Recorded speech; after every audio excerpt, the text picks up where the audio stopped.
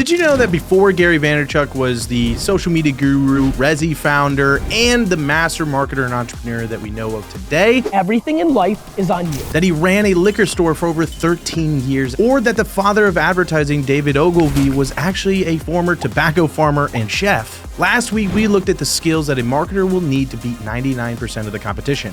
But this week, we're going one step further and actually analyzing some of the top marketers of all time and the opportunities and the paths that they took to get to where they are today. First, let's talk about Gary Vaynerchuk. Today, Gary V is seen everywhere, from organic social media content to podcasts to speaking on stages at events. Ooh, that was a lot of smoke. He's become the personal brand and digital marketing juggernaut. But his path to success is a real rags to riches story, and it's a pretty long one too. In 1978, when he was only 3 years old, his family immigrated to the US from Belarus, and he lived with 8 family members in a studio apartment in Queens, New York. And from there, they relocated to New Jersey, where his dad eventually saved up enough money to open a liquor store called Shoppers Discount Liquor. And at 14, Gary started working at his dad's liquor store and started making $2 an hour while bagging groceries and ice. After graduating in 1998, Gary took over his dad's liquor store and rebranded the store to the Wine Library. Wine Library was an intro to the online space in the early e-commerce days, and Gary took the business from $3 million annually to over $60 million a year during his tenure. And while scaling this business, one of the most innovative things that he did was recognizing the opportunity that lied in YouTube.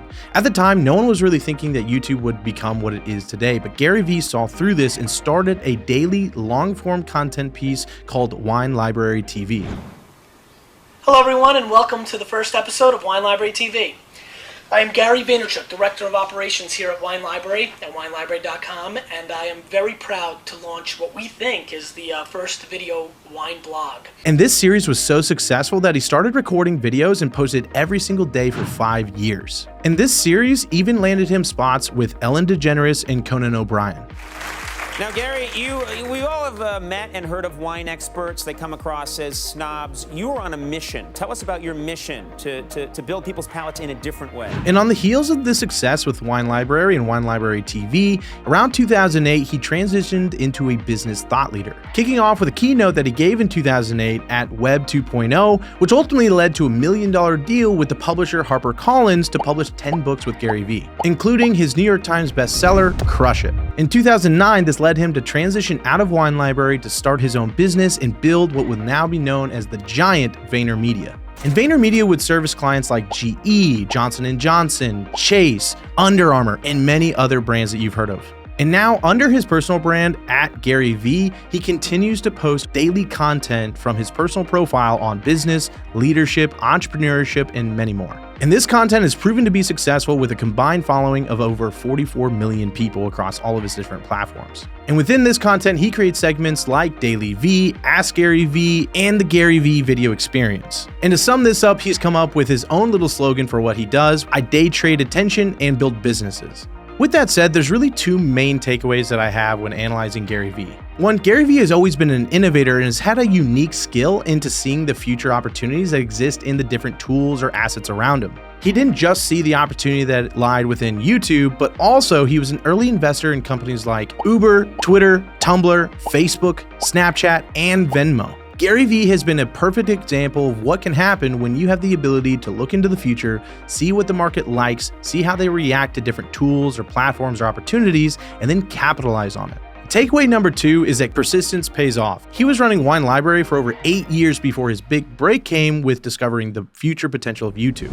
Next, let's talk about the titan, Seth Godin. Seth Godin's name has become synonymous with modern marketing strategies like permission marketing. He's one of the most respected thought leaders when it comes to this industry and has written over 20 best-selling books. But his early career was a grind, from working as a brand manager to owning a small book packing business. You see, from 1983 to 1986, Seth was a brand manager for a software company called Spinnaker Software, the first illustrated computer adventure games. And in 1986, he started a small book packing business and released a few books on marketing, which had mild success. But in 1995, Seth started a new company called Yoyodyne, which used games and contests to promote different products online. And here, he laid the groundwork for the concept called permission marketing, which preached the concept of gaining a customer's consent rather than interrupting their lives through traditional direct response. And in 1998, Yahoo bought Yoyodyne for $30 million, which catapulted him as an industry leader and allowed him to focus on writing his books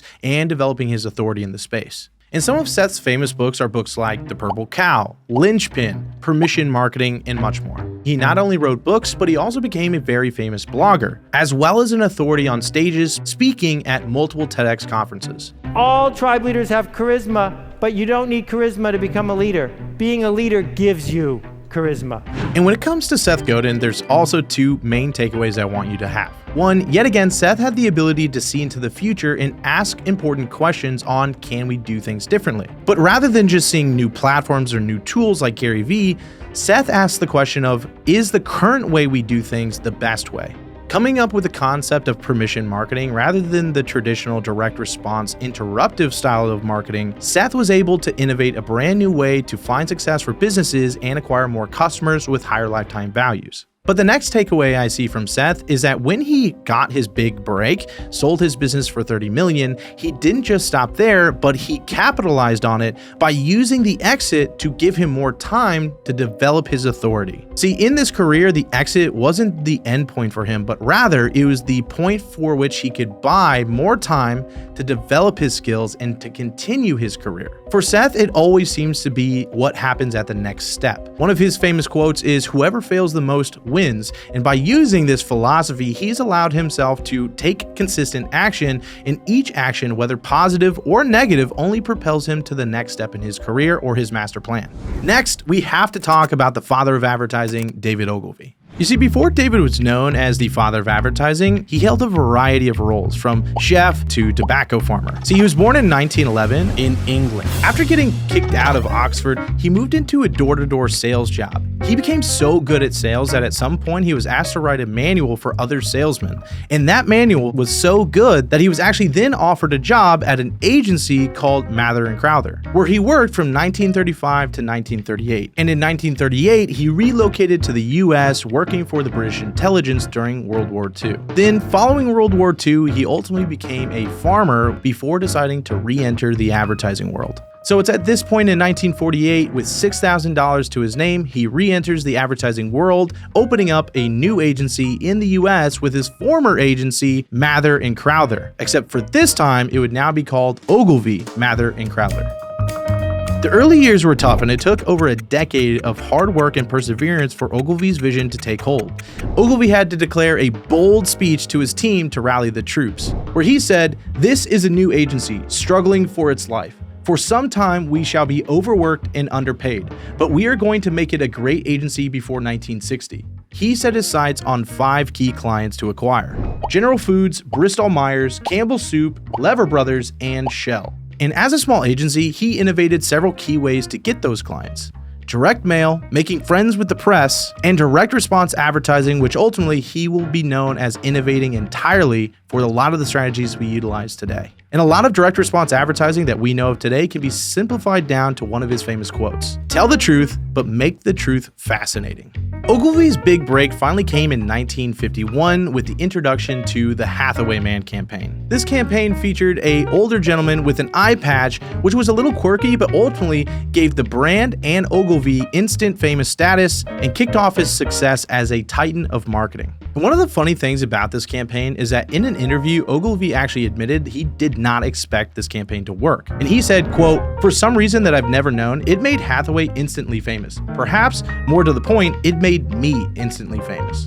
And when it comes to Ogilvy, there are 2 main takeaways that we have to draw from him. One, Ogilvy was never afraid to be bold. In fact, he almost sought it out at all times. He was always looking for ways to push the needle, push boundaries, and explode through expectations that others put around him. This loose cannon approach to marketing has absolutely made him one of the most famous marketers of all time, and one that all marketers today are studying or should be studying. The next takeaway I have for Ogilvy is to understand this took a long time for him to become the true father of advertising. Far too too many people today say they want to be known as one of the best marketers of all time. They want to be up there with the greats like Gary Halpert or David Ogilvy or Eugene Schwartz, but they expect this to happen over a few years. When you look at the best marketers of all time, it is not taking them years, it's taking them decades to truly become who we know of them today. And if you're someone who is looking to achieve success at any rate, then you must actually be willing to put in the effort, but also time it takes to truly become one of the greats. And to sum all of this up, as we've reviewed 3 of the all-time great marketers, I want to say this when it comes to success. Most of the time people say you have to be lucky. But when we look at luck and it's broken down, what people often say is that luck is when preparation meets opportunity. And here's the thing, no one can actually tell you when that opportunity comes. And my belief is that most people fall short of achieving actual success because they've cut themselves short. They haven't played the game long enough to actually receive the opportunity. Most of us will work for 6 months to a year really hard, but when we don't see the big break opportunities come our way, we all of a sudden give up.